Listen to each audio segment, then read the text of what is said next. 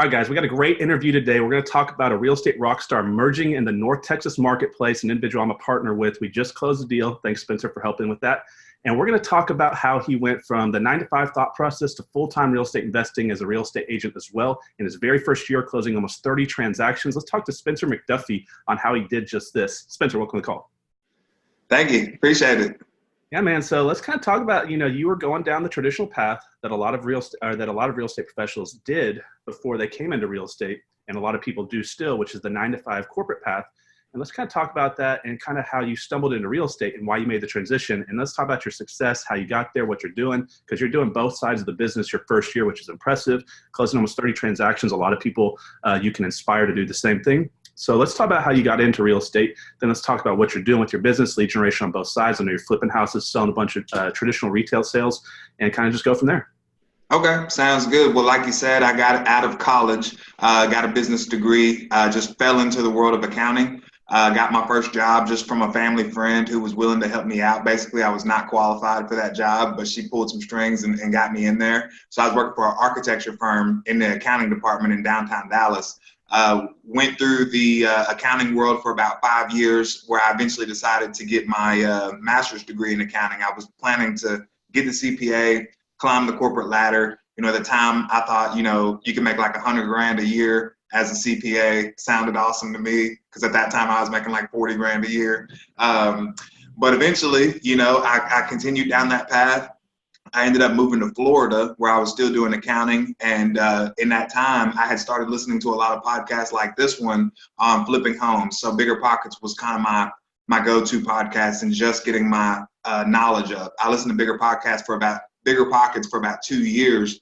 And then I decided, I want to do this. I want to flip my first house. And so that's what I did. I had no idea what I was doing. I bought a house off the MLS, overpaid for it, had no type of rehab budget or experience or knowledge or anything going into this deal, but pulled it off, made just a tiny bit of money.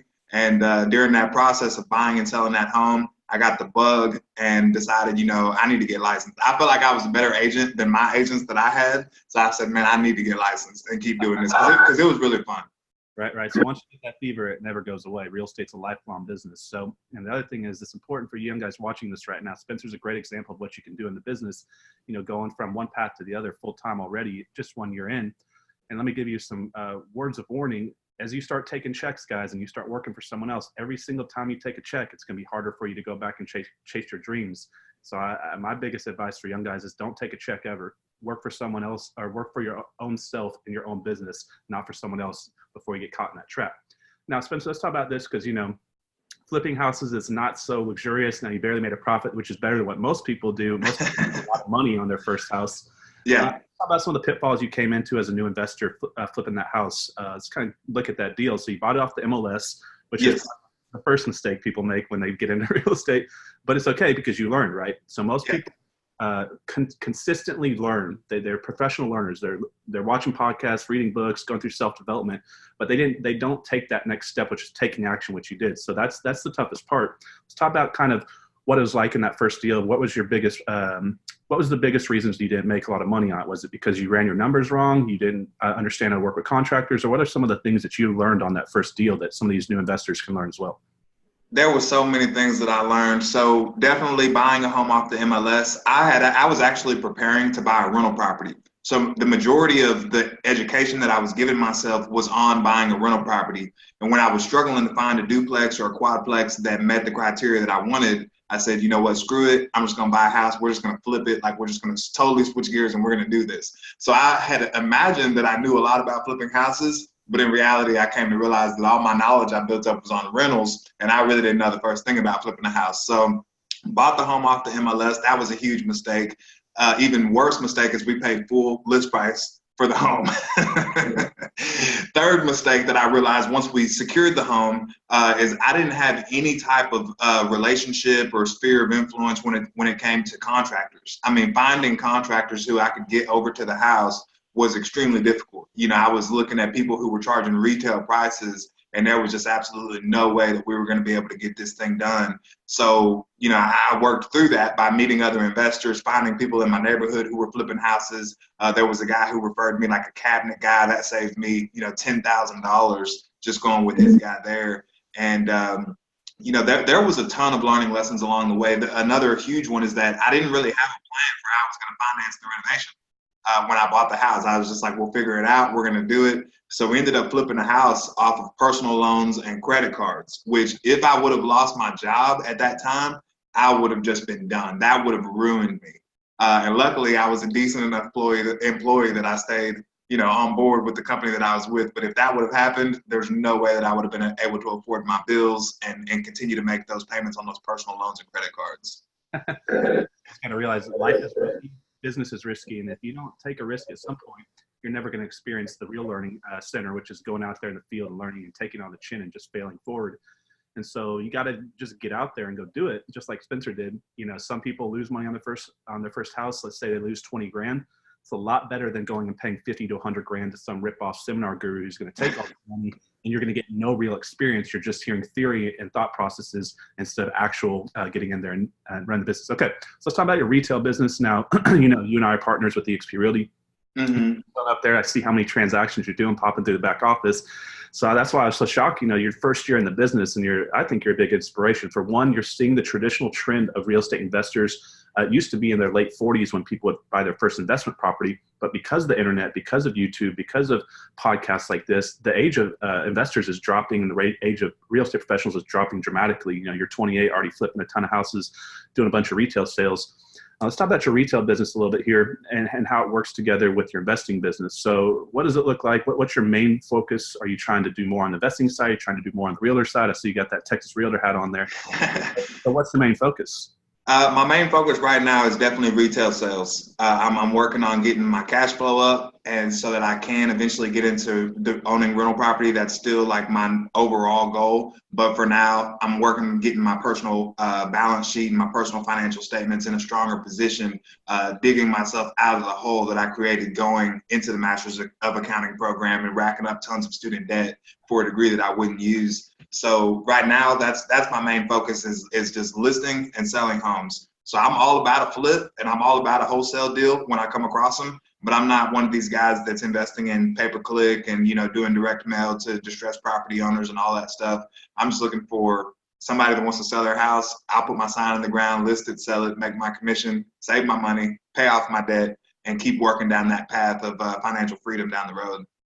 Right. So let's go ahead. So you just had a couple of deals that we one of them I was involved in. There's another one that you had an appraisal issue on. Now we're not going to name names or addresses or anything like that. But let's talk about these two deals here because what I see with myself when I got into business, as well as just like yourself, as well as a lot of people, they don't understand that most deals can be worked out and fought through. So let's look at those two deals that you just did, the one that we did together, as well as the one that you had an appraisal issue over, and talk about this because this is good for both investors on your own deals, as well as an agent helping get more referral business and more repeat business going down the road. Because if you can help people get deals closed that they didn't think were going to get closed, you're going to have a lifelong customer. So let's talk about that first one. You had an issue. You're out there running fast and you got a house sold, good price, but it didn't appraise for the right amount. Is that correct?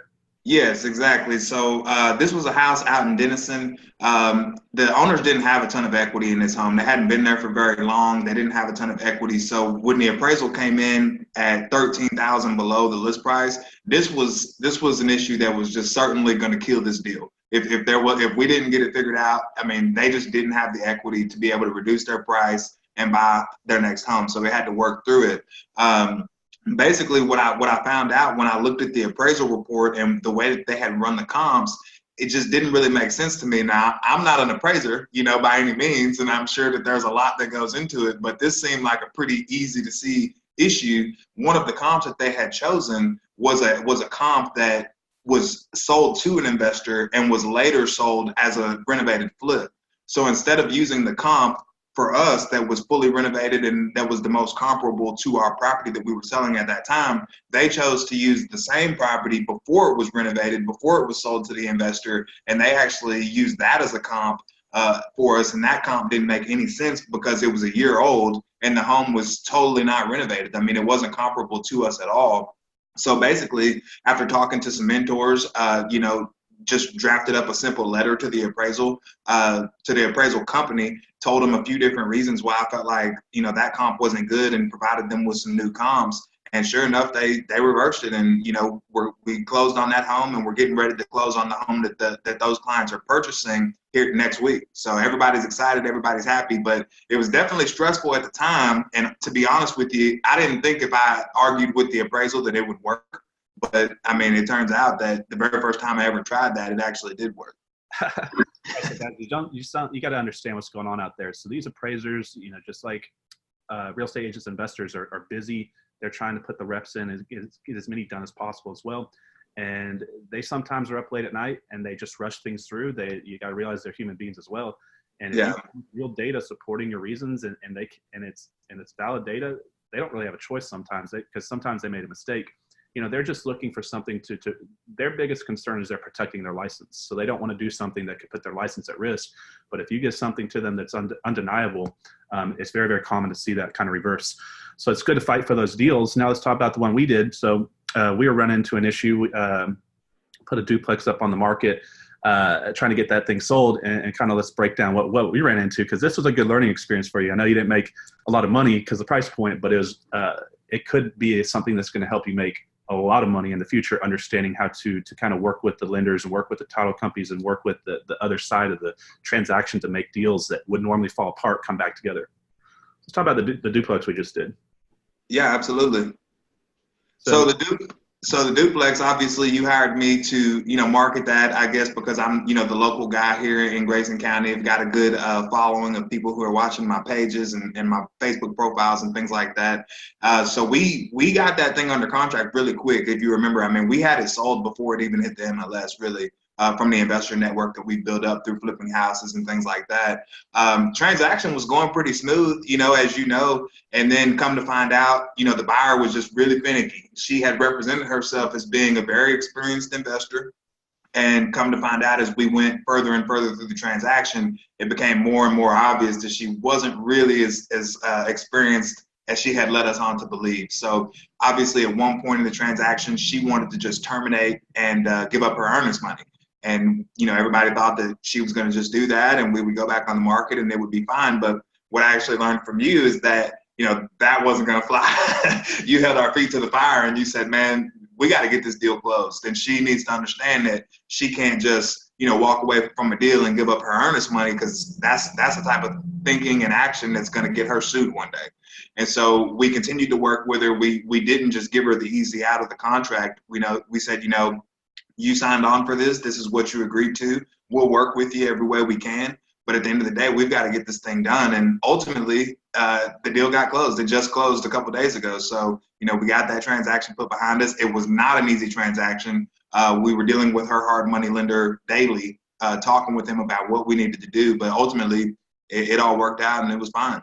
Right. So kind of let's give a little bit more information on this. So guys, it's very, very common as you young investors and agents to get in the business that you're going to have complications getting these deals closed because the other side of the transaction didn't calculate their numbers correctly, or they underestimated how much money it would take to get to closing, or they didn't know what their repair budget was going to be and it came in a lot higher, and sometimes they try to get out.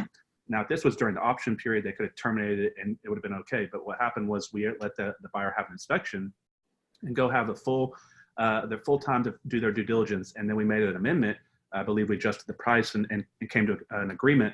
So this wasn't that they were just trying to back out during the option period. This was after the option period. And this was actually like a day before closing. And so, of course, I'm saying absolutely not. I'm not just going to let someone just terminate the day before closing. What's the rationale behind this? And they said they didn't have enough money to come to closing. So the first thing that we proposed is let's let them carry back a second note.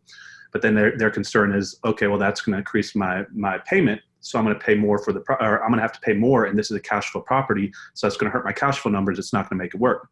So the second thing is you've got to figure out what their objection, the reason why they're trying to not close, and then give them solutions to their objection. So what's the second thing we tried to do that got this deal to go through, Spencer?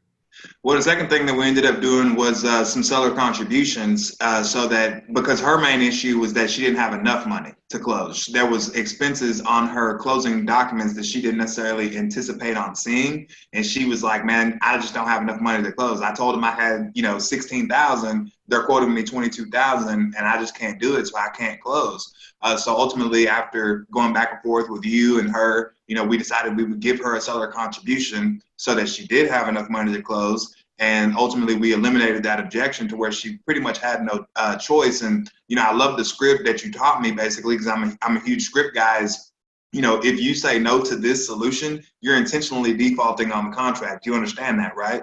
And I told her that 2 or 3 times while taking away those objections that she had, giving her solutions to those objections. And, we just pushed the deal right through. I mean, she couldn't say no to it. Right. So if they're telling you the reason why is I'm falling short a few grand, because you don't know at this point in the deal if they're truly trying to back out for some other reason, or if they're just and they're giving an excuse, or they really want to close the deal. But you simply ask them, what's the reason you can't close the deal? Do you still want the property?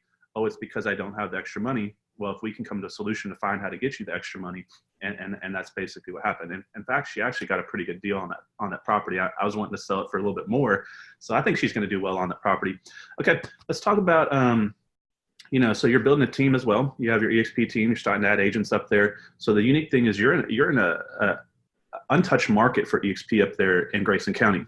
And so I think a lot of young guys, especially, and you guys also, you got to realize the way EXP Realty is set up, you can join anyone's team across all 50 states in Canada right now. You can build your team nationally and internationally. So if you're young and you're watching this podcast and you want to work with someone like Spencer, reach out to him, because obviously someone who went from doing no deals to 30 transactions their first year on both sides of the business is an incredible feat to accomplish.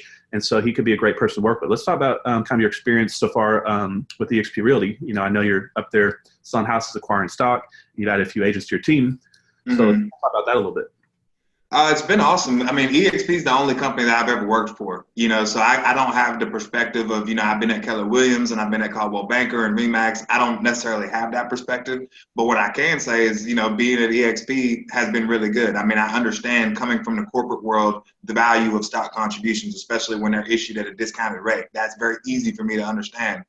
Where I understand that other companies are not offering that type of incentive, we're getting that at EXP. So I think that's awesome. Just pure coincidence. I was actually just looking at my stocks that I've been issued in the EXP enterprise, and it was something crazy. It was like 150 shares or something like that. And that's something that I haven't even put any thought or time into. I just spend my time selling homes, and here I am acquiring what I basically call like 401k of this discounted stock that, later down the road I can sell and, make more money on, or just keep forever as the company grows. So in addition to that, the technology that EXP's been providing has been really good for me. The mentorship has been awesome. I've met you, Ian, obviously Charles, where when I kind of came into EXP, one of my major concerns was that, I'm going to be all alone as a brand new agent on an island with no one to really help me except for this virtual cloud thing that EXP has to offer. But in reality, I've met a ton of people, and I've built a lot of great relationships with top producing agents who are just killing it. Not only just selling homes, but obviously in rev share and doing content marketing like what you do with your podcast and your YouTube channel, and people who are professional recruiters and people who are selling 50, 60 homes a year, and as well as flipping a lot of homes and building up that network of people who are killing it in the investment game. I mean, there's been a lot of mentorship and a lot of learning that I've gotten through being a part of BXP. So overall, I'm really happy with my decision to join the company. Right. So what a lot of people don't understand is traditionally the real estate brokerage world is a one income stream, active income type of strategy, where if you don't have a contract, you're unemployed until that next contract comes in. And so what a lot of real estate agents have had to do over the years was, to get the equity side, to get the cash flow side, they had to be an investor. But a lot of them don't have that risk-taking ability. What you did, Spencer, just to jump in and take a flip on like that, it seems common sense and common nature to you because you did it. But for people who don't do it, they stay paralyzed on the sideline. But so a lot of people don't understand why we're putting so much time into growing EXP. For one, 2 of the biggest teams in Dallas just rolled in to EXP. I don't know if you saw that, but why people are coming to EXP to be full-on 360-degree entrepreneurs is because there's 4 ways wealth is created. Everybody that's really studied any successful people out there understand it's through multiple streams of income. You've all heard the average saying 7 income streams per millionaire or multimillionaire is pretty common. Now, that's in case one income stream disappears, you can lean on the others. Now, the other ways that wealth is created is through equity through assets, through owning rental properties, equity through owning parts of businesses, equity through owning stock awards. And that's what a lot of people see the EXP model is they can now build equity as an agent through the stock awards, and it's some type of retirement plan is how a lot of them see it. And then The third step is the golden ticket to your freedom of time and money, which is passive income. So most of the individuals have to do this through rentals or notes or internet businesses, but they can now do this through EXP's revenue share model. And then the last one is duplication, because we are built similar to Keller Williams with a 7-tier system. It allows all four parts, multiple streams of income, equity, cash flow, and duplication. So it's a wealth creation brokerage model for the agent. So what this allowed us, Spencer and myself, to do is now on both sides, we work for equity on investing side through rental properties, cash flow through rentals and notes, things like that, and then active income through flipping houses. And on the agent side, active income through selling houses, equity through rental, or equity through the stock awards, and passive income through the revenue share. So both sides of the business for real estate professionals now, they can work for every wealth creation component. That's why it's so powerful for everybody right now.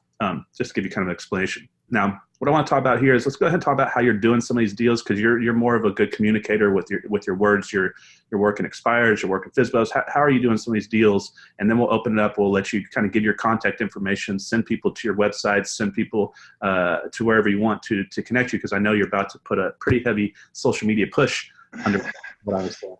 Absolutely. You know, it's funny you mentioned that. I'm actually going to go promote a car wash for the Girls and Boys Club of Denison here after this podcast, just to kind of, help them out and help me out. But yeah, social media definitely is one of my focuses. But, when I got into becoming a real estate agent and I kind of transitioned, taking less of my focus on flipping homes and things like that, I was listening to a lot of podcasts about any podcast about being a real estate agent.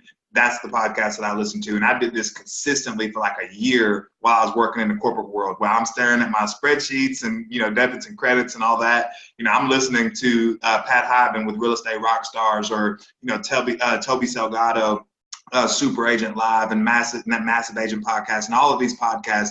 So I pretty much knew coming in, the basic formula to get started. My favorite episodes were always like, brand new agent does 100 deals, or brand new agent goes from 5 deals to 30 deals in his first years. And those were the ones that I was only listening to. So I had a very strong understanding that when I came in, it was all about scripts, dialogues, and working the now business. So I was immediately going after expireds, I was immediately going after FSBOs, and I was going after people who wanted to sell their homes like today. If they wanted to sell in 8 months, they were not a lead to me. Like, maybe keep their phone number, but really I was going on to the next lead who actually wanted to do something right now.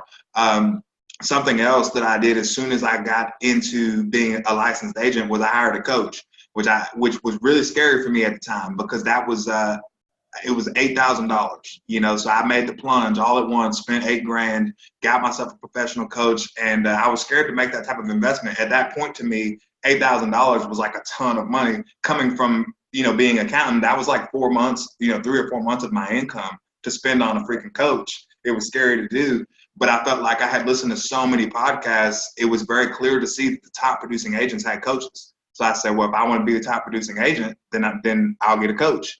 And, he hammered in my head too, work the expireds. So for like the first 3 to 6 months, that was pretty much all I did, was just work the expireds. I didn't even work FSBOs. I was just working expireds and spending a lot of my time role playing, scripts and dialogues, and practicing my listing presentation. That was pretty much what my entire day revolved around, was making calls, knocking on doors, and, doing scripts and dialogues. I mean, I think a lot of people try to stay away from expires, I think, because they're scared to call somebody for one, or reach out to someone, especially after that person just had their house listed. So kind of give an idea of what it would look like. You're tracking these to the MLS, and you're tracking them down. How does that kind of go, the conversation flow? Because are they open to talking to you, or are they pushing back? Because I think a lot of people are just thinking that they're not going to be open to talking to them because they just had it listed. How does a kind of conversation like that go? It kind of depends. So if somebody's home just came off the market this morning, the conversation is a lot different. A lot of the times these people don't even know that their home's expired. So it's a lot different conversation than if their home expired like a year and a half ago. And I'm calling all of them. I'll go back as far as like 3 years. So if it's older, generally people, if you can get them on the phone, what I have seen is if you can get them on the phone, they're generally willing to talk to you about it. They want to know your input. They're curious why the homes didn't sell, and they're open to talking to you. The hardest part about it is just getting them on the phone. But at the same time, there are people who are rude, or who will hang up on you or tell you, I can't believe that agents try to make their living this way. This is ridiculous. And they'll just hang up on you. But at the same time, you only need a few of them to be interested in you. And every single expired listing that I've taken has been extremely, happy and grateful that I reached out to them, because ultimately every expired listing I've taken, I've sold.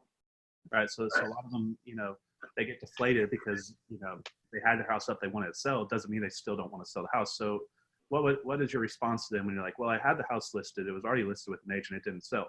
So how do you get over that? That's a very common objection that people come in when they're calling expireds.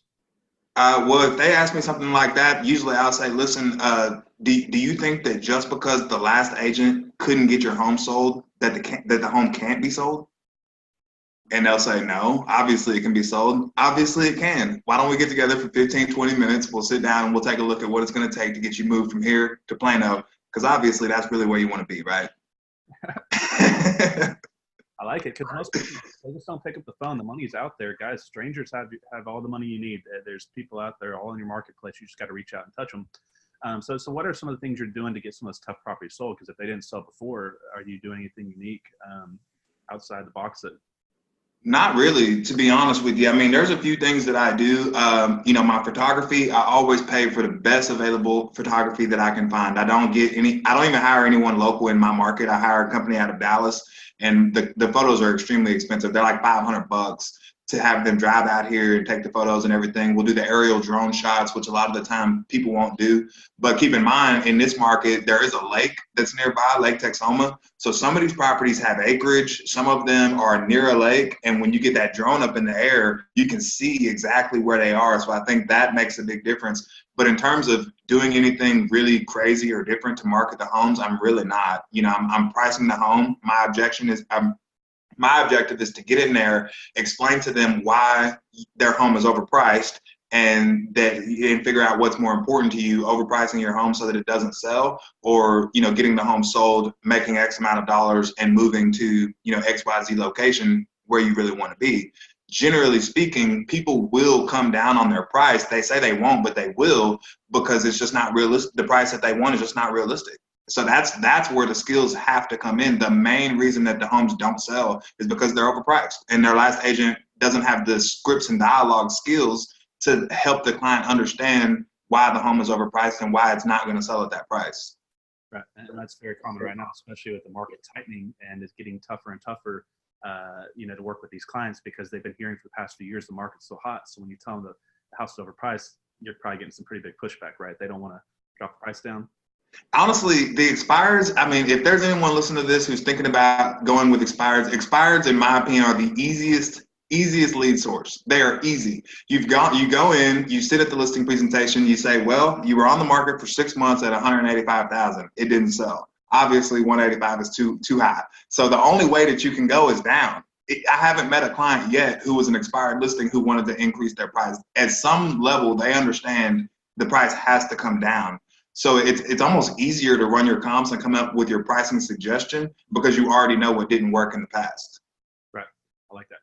Okay, let's give some. So, you do have a great story, doing really, really well in the business first year. Let's give some good words of wisdom, because a lot of, my channels mostly watch, we got a big portion of it, kind of just like you, in the 18 to 35 age range, trying to get in the business. What are some of the biggest things you could warn someone to kind of get ready for? What's been your biggest difficulty? Time management, organization, making sure to get a mentor. What are some good words of advice that you really think, if someone wants to duplicate and replicate what you just did, where should they start? The education process through podcasts, and they're watching right now, so they're already thinking like that. But what are some good directional arrows to kind of give some of these new entrepreneurs that want to do what you just did, aside from contacting to work with you?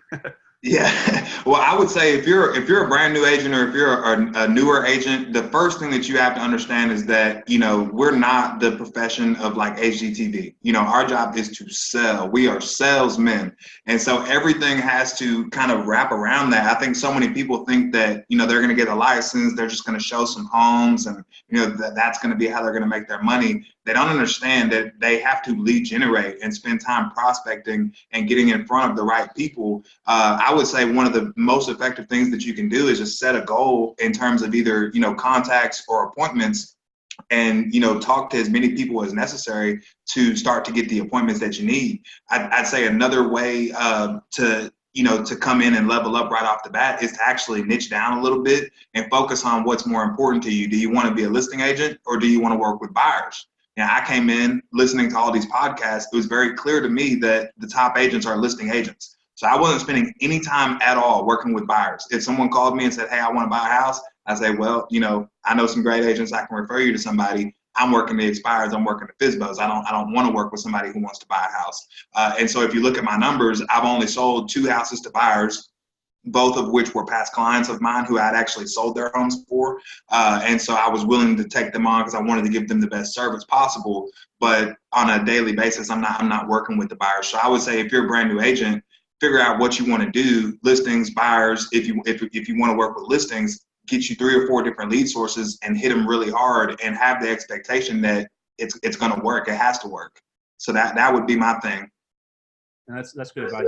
Many people start doing something without a target at the end of the gun range. So if you went to the gun range tomorrow and there's no target down there, how are you going to hit it? So you need to know what you're doing first, forecast out in the future, and work back towards it. And then, what a lot of young entrepreneurs are not doing is they don't plan their day ahead of time. So for tomorrow, they just wake up and they just go. Yeah. Okay, I'll handle emails as they come in. I'll handle phone calls as they come in. They're not time blocking, not time chunking. They have structure. And that just, if you can get away with it early on in your business, but you have leaks in your business, and over time, it's going to create more and more chaos. And then it's going to get to a kind of a pinch point or tightening point where you're going to have to make a big decision to slow down and come back and reset or revamp. So it's good to kind of have a good strategy going forward. Now, Spencer, let's talk about how they can reach you. So if they want to work with you and, how do you mentor them or train them, work with your team? How do they reach out to you? Give them your phone number. Also, let's talk about they can reach out to you on Facebook, and you're creating a YouTube channel, which I think is smart because, someone your age with, I've been around for quite some time. I've seen a lot of people come and go, and I kind of maybe like a football recruiter or a talent coach, I can see who's going to make it usually ahead of time. So I know you're going to have a great career. So you're going to start building this following. So send people to your social media. Where can they reach you? You can definitely follow me at Facebook. My username is Spencer B as in boy Mcduffy. That's my personal profile there. And then once you connect with my personal profile, or if you do a search for my business page, it's just Spencer McDuffie -EXP Realty. You can add me there. That's where I'm most active. I have an Instagram, but I'm not super active on it. I do have a YouTube channel. Again, I'm not super active on it, but because Connor's been pushing me so hard to get the YouTube channel up, I am gonna work on that. So definitely reach out to me. My phone number is 214-218-9190. If you're looking for deals in an affordable market, that's something I don't think a lot of people understand. When you're looking to invest and you're up in Dallas or Duncanville or somewhere like that, the cash flow is just squeezed right out of you just because of the market, and the deals are so scarce. Up here, one of my mentors calls Denison Cash Flow City. So if you're looking for a deal up here, come up to Denison, because you can get you a house like that duplex, for example, $78,000 purchase price, and you can get a tenant on each side paying, $750. So it's a good place. It's a great place to be a landlord because the property values are low and the rents are really high comparatively. So definitely reach out to me. Number is 214-218-9190. If you know anybody who needs to buy or sell a house, send them my way too. I'd appreciate it. So also, for investing deals or retail deals, he's up there in Grayson County and Fannin County, north of Dallas. So if you don't have connections up there, Spencer's a great guy. Done good for us. It's going to do good for you as well. Spencer, appreciate you coming on the show, and I'll let you know when we get this one out. And guys, we'll see you when we see you. Hey, I appreciate it, Connor. Take it easy.